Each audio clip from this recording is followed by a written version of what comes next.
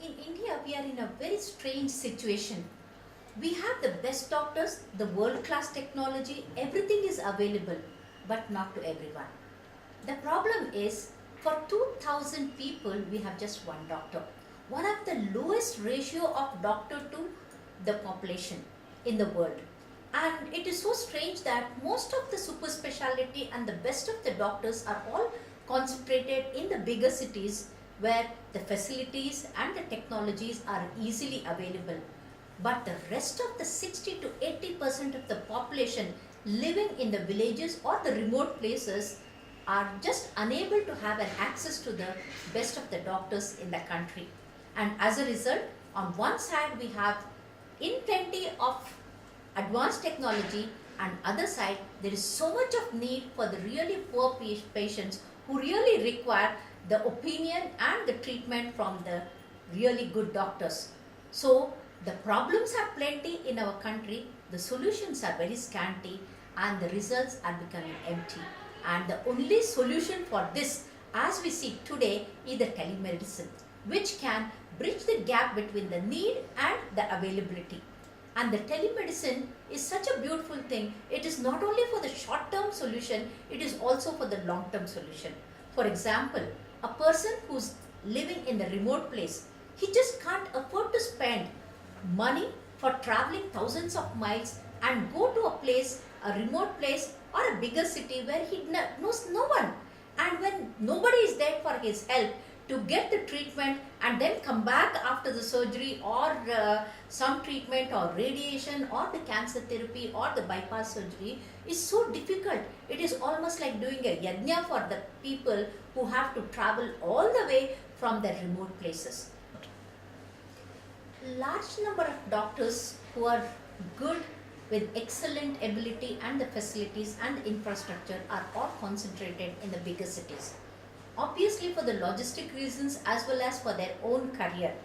And you just can't blame the doctors for not going to the periphery. For years together, the politicians, for decades they have been telling that doctors should go to the periphery, go to the villages and treat the poor. But it is not possible. See, advising is very easy, but when it comes to real practice, it's almost impossible. And as a result, there is a big gap between the needy and those who can care. And my own experience as a general physician for 33 years, and then the cardiologist, and then the pediatric cardiologist, and that too an intervention cardiologist, pediatric cardiologist.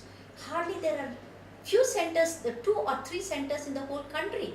And I get the patients all over, right from north, west, even from the other countries. But the problem is for them, even the small things, they just can't afford to travel all the way to get the opinion or what they have to do. And the telemedicine or the integrated healthcare system exchange is one of the excellent solution for this, because all of us are very busy, agreed. None of the super consultants are available to an ordinary person, but all said and done, in spite of our busy schedule, we can afford to have some time in our life or in a daily routine life to spare for the needy from the periphery or the poor. The poorest of the poor, if he has to get the opinion from the expert, then this integrated health exchange comes very handy. A person who's sitting in a big city can talk or look at the investigations or discuss with a person who's treating the person in the remote place and then give the opinion. The best solution can be given to the patients, and that way lots of problems. In my own 33 years of experience, I have seen many patients when they come to the tertiary center, they sell their land, they sell their everything, they sell their house, and they have nothing to go back. Even to go back to their own place, they don't have money to buy the ticket for the return ticket. And it is so pathetic, and it is so touching, and your heart goes out to these poor people. And as Bill Gates said, the technology has to be like an open book. It should be available for everyone. And unless this is available to everyone, even in the remote places, the poorest of the poor and the neediest of the needy persons, then this technology of no use.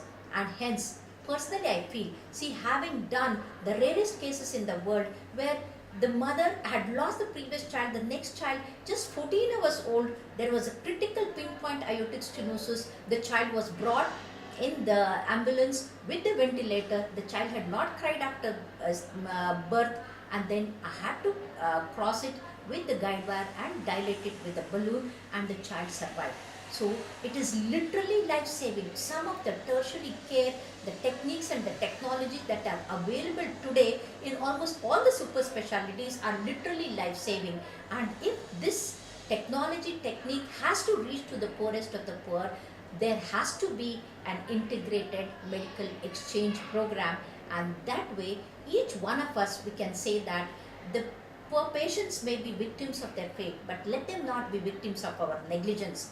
And in that direction, it is the duty and the bounden responsibility of each doctor to spare some time every day so that they can have, through the telemedicine, give their wisdom, the wise advice, and whatever they can afford to the patients who are living in a remote places for due to some reasons. Everybody can't concentrate in the live in the cities, and those who are in the periphery, it is our duty to see that the best treatment medicine is available to them, and that can be made possible only through the telemedicine. And hence I feel and request that every person in the medical fraternity to come together, join hands to see that this telemedicine is utilized for the best of the humanity and to give the healthy society, and the poorest of the poor is given the best treatment wherever the person is living.